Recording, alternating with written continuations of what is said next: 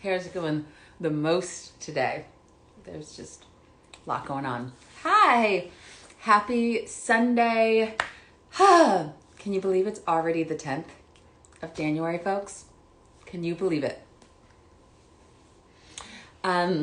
So I planned to come on here and do a Jacques talk. Then this week happened with America and I said, not going to do it. But then I was like, let's stay true to your commitments and do it and do a mini Jacques talk, right? So I am here. I am showing up for myself and showing up to my commitments and showing up to my promises because that is one of the things I am committed to in 2021. Woo! And I hope, I can't wait to hear what all of you are committed to. But let's get it started. Let's get this thing going. Season 2, Jacques Talk. New year, new growth. I like that phrase far better than new year, new me. Because it's another day. It's another moment. We are continually growing. I'm not a new person. I am a growing person. I am a person reaching higher. I am a person reaching farther, getting outside of my comfort zone, getting outside of everything. So I say new year, new growth. Little did I know when I was saying that, and right when I announced that that would be our first topic, then America continued to show what a shit show it is. That's what it is. And I wanted to use this time in this space to discuss 3 different things. Let us discuss country music wives. Not all of you, but some of you, and some people that have remained silent or have decided to speak up with some bullshit and some lies and some things that are not proven facts and just continue to disappoint me and a lot of my peers. Second thing we're going to discuss is Soho Karen. The woman, if you do not know, I posted a video. She accosted a 14-year-old and she said he stole her phone. All these things. Also doesn't think she's wrong in that. Making her a Karen. And the third thing, let us discuss what happened on Wednesday. And if you don't think it affects you, it does. It does. It affects everything. And it shows the immense amount of privilege that we have been discussing all 2020. It is a visual of that privilege that one of my friends said. She's like, the caucasity of what happened is just, it doesn't shock us, but it just continually disappoints us. So this is going to be brief, but heavy and intense because I have heavy and intense emotions. Also, I don't want to cry. So let's go forward. Let's start with country music and some wives that are full of bullshit. Don't mind me. I am not parsing my words. I am just going to say what I feel. I think that everybody, whether you're in country music, whether you're not, anything, should be speaking out against the amount of hatred that has permeated our country and is on display. So I'll backtrack. This hatred has been here. People have hated people forever. But the fact that it is on full display, and then we hear crickets in this industry that also decided to post black squares and stand with the black and brown people of color in the industry. But then you see this and you have no idea how this affects it's the same thing. If these people had been black, and I hate to have to go to there, but we saw it. We saw Black Lives Matter protests. We saw them turn violent. We saw police arrest at the scene. They didn't let them go home and arrest them. We have seen black and brown people be murdered on our phones. But yet, we were able to watch on CNN or whatever channel you're watching, white, majority male, but white people climb walls, break windows, push cops, become increasingly violent, And I'm not saying there wasn't any pushback, but if we compare the two instances, there was no pushback. Let's just put it there. They're sitting in Nancy Pelosi's chair, and whether you agree with her politics or not, she was voted into that. These are sacred halls. Also, how did they find those offices? Because those offices are not marked. Okay, so I'm not going to go into that. I don't have all the facts, but I would say based on what I do know and what I've heard, it's a little sketchy that I feel like somebody inside was helping. That's all I'm going to say. But let's backtrack again to why are so many people in the country music community, and some have asked, why am I saying country music? Country music has always been pro-America. They put flags out. They're all 4th of July. Like, it's just like the all-American brand, right? So when terrorists are attacking America, wouldn't you think that this genre would be all about saying, stop, don't do this, don't be this, don't do these things? But yet you're either in you're saying nothing. You're saying absolutely nothing. Or you're talking conspiracy theories to your fan base, which is just as bad. Okay? Because now you're inciting your fan base, which, sorry, there are a lot of people that are racist that are country music fans. I'm not saying all of them. Not all of them. Not all country music artists are racist. I'm not saying that. I am saying that if you have a platform, use your voice for good. And if you are, especially if you are somebody that posted a black square or has been calling out racism and has been jumping on the bandwagon and has been being like, go Mickey, go all these people. And then you're silent now. You realize that you aren't supporting us. You aren't supporting what you had just said you were supporting. And I want to know why. Why are you not supporting this? Exactly, Court. Like, why are you not supporting all these things when you're so pro-America? Because America, this was horrific. And this was terrorism. And like I said, regardless of your politics, I don't understand how you can justify people getting arrested, murdered, killed, beaten, tear gassed, pepper sprayed when they are protesting Black lives. They're not climbing walls. They are not, you could say there was looting or whatever. It wasn't on government property and it was so minute.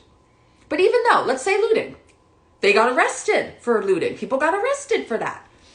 People were able to go back home after sitting in Nancy Pelosi's chair, after stealing things from her office, after breaking windows, after crushing cops, after murders. They were able to go back home, and then they got arrested. But when people were protesting in downtown LA, they were put into buses and into cars and left there for hours. So I'm just saying, I expect more from everybody, but I expect so much more from the country music community. Okay? That's all I wanted to say. I expect so much more. And if you guys are going to be saying, we want to play Black people on radio, we want to do all these things, I also expect you to call out hate and call out privilege. And I'm going to circle to the third topic and then go back to the second topic because it kind of correlates with this, which is, again, what happened Wednesday was a vast showing of white privilege. And so all the people that have said and been on my DMs and said, white privilege isn't real, you're talking about race too much, all the things, I urge you, look what happened on Wednesday. That is white privilege. Having the caucasity to be able to do something and knowing you weren't going to get killed for doing it. I could never do that. Ever. I would be murdered. I would be dead in the streets. So I don't want anybody saying that it's not real. So that's just my belief. My belief. The last thing we're going to discuss in this Jacques Talk, because I believe new year, new growth. So we are not going to filter things. We are just going to say what we need to say. And if you have comments or anything or questions, you know, you can ask them on here. You can put them, I'll post this on my page. You can write anything. I'm all about conversations, growing, different opinions. But let's talk about Soho Karen for a moment. This week, an interview with her and Gayle King came out. I posted a piece of it on my profile. You can go back and look at it. And for anybody that has sympathy for her, this is also, how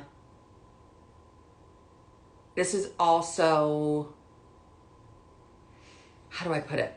An example of white privilege. An example of privilege in general. An example of arrogance. An example of somebody that feels like they can do no wrong. You accused a 14-year-old boy in an aggressive manner of stealing your phone. And yet, then you're explaining to Gayle King, and you shush Gayle King, which is just rude. Can we just not shush people who are letting you come on their platform to give them an interview? Just rude. Rude. But you're saying that you're not an adult, you're 22, you're a grown adult, and you accosted a 14-year-old. You accosted him. There are consequences to that. When she said, "What's wrong with that?" I accused him. There's a shit ton wrong with it. And then also, I don't feel like it was just happened to be that you accused the black boy. Feel like you're like, oh, who would have stolen my phone? Oh, the black boy. So I have a lot of words and a lot of thoughts on her. And I have a lot of thoughts that this happens every day. You know? But I think that we need to speak out about it more. So, So I'm not going to say much more, but I'm going to close by saying this. And I was talking to some friends and been messaging. Since I was a kid and since my friends were kids, I have known to not have my hands in my pocket or my hands in my purse when I'm in stores. I've known that you put your hands at 10 and 2 when you get pulled over. I have known that I can't go and be aggressive with a cop or say my opinion in an aggressive way, because that can end up deadly, if not deadly, violent or an arrest, and we're already watched. So what I urge anybody that watches this to do and to take from Wednesday, like I said, regardless if you are a Trump supporter, whatever you are, I mean, I don't understand why you're a Trump supporter. I do not. But do you, folks. Do you. But if you are those things, right? Understand that this is still privilege. And those people had the privilege to go march, to push police, to crush some police, to cause 5 deaths, to sit in chairs, to selfie it up. Like, the caucasity of all of that bullshit, that is America. And I want to say, people say, America, this isn't you. I've heard this a lot, and I've heard people combating it. This isn't you, America. America's better than this. America's not better than this. We need to make America better than this, but this is America. This is the America I know. This is the America a lot of my friends know. This is America. So, yeah. And I'll close by saying country music. And I've called out a few of you on my stories, but I expect more. I expect more, and I want more. I want more from you, music community, in speaking against hatred, bullshit, violence, all of these things. Because you're showing yourselves. You're showing where you stand. You're showing your cowardice. And honestly, I'm just tired of it. Tired of fucking cowards. So, let us begin Jacques Talk Season 2. I have a whole lineup of guests this year, a huge lineup. Cam is coming back, a lot of people. But But we're not going to be quiet. We're going to say our piece, and we're going to say it loud. And if you want America to be different, and if you want our country music community to be different, and if you want your friendships to be different, then you're going to have to act different. So when everybody says new year, new you, I say new year, new growth. Let's change America. Let's change it. I love you guys. Know that this is a safe space to write in the comments. Do whatever you need to do. Let's get this conversation going. Feel free to DM me with questions. And next week, back with a new episode. On that note, Happy New Year. Happy freaking New Year. Bye, y'all.